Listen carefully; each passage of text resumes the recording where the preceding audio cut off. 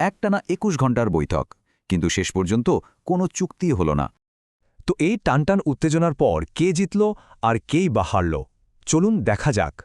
হ্যাঁ, পাকিস্তানের ইসলামাবাদে আলোচনাটা চলেছিল একটানা ২১ ঘণ্টা। আর আলোচনার ব্যর্থতার খবরটা দিলেন মার্কিন ভাইস প্রেসিডেন্ট জেডি ভ্যান্স। আচ্ছা, আমেরিকা ঠিক কী চেয়েছিল? তাদের মূল দাবিটাই বা কী ছিল? আমেরিকার লক্ষ্যও ছিল একদম পরিষ্কার, আর সেখান থেকে তারা এক চুলো সরতে রাজি ছিল না। ভ্যান্স বললেন তারা ভালোভাবেই এসেছিলেন, কিন্তু ইরান নাকি শর্ত মানেনি। অন্যদিকে ইরানের গল্পটা কিন্তু ছিল একদম আলাদা। চলুন সেটাও শুনি। ইরানের অভিযোগ আমেরিকা নাকি বাড়াবাড়ি রকমের সব দাবি দাওয়া চাপিয়ে দিচ্ছিল। উরানের সোজা কথা, তাদের অধিকার আর স্বার্থকে সম্মান করতেই হবে। মানে দুই পক্ষই নিজেদের অবস্থানে একদম অনড়, ফলাফল অচলাবস্থা। আলোচনা তো ব্যর্থ হল, এরপরেই উত্তেজনা ছড়াল সামরিক পর্যায়ে। আমেরিকা দাবি করল তাদের যুদ্ধজাহাজ হরমুজ প্রণালীতে মাইন সরাচ্ছিল। কিন্তু ইরান তারা এই দাবিটা সোজাসুজি অস্বীকার করে দিল।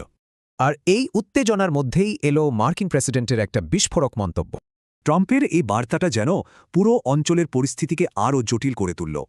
কারণ এই সংঘাতের আঁচ কিন্তু শুধু আমেরিকা ইরানের মধ্যেই সীমাবদ্ধ নেই। ঠিক পাশেই দেখুন ইসরায়েল আর হেজবুল্লার সংঘাতও কিন্তু বেড়েই চলেছে। এই পরিস্থিতিতেই ইসরায়েলের প্রধানমন্ত্রী এক দীর্ঘস্থায়ী শান্তির কথা বলেছেন। বোঝাই যাচ্ছে চুক্তি ভেঙে গেলেও আসল খেলাটা কিন্তু এখনও বাকি আছে।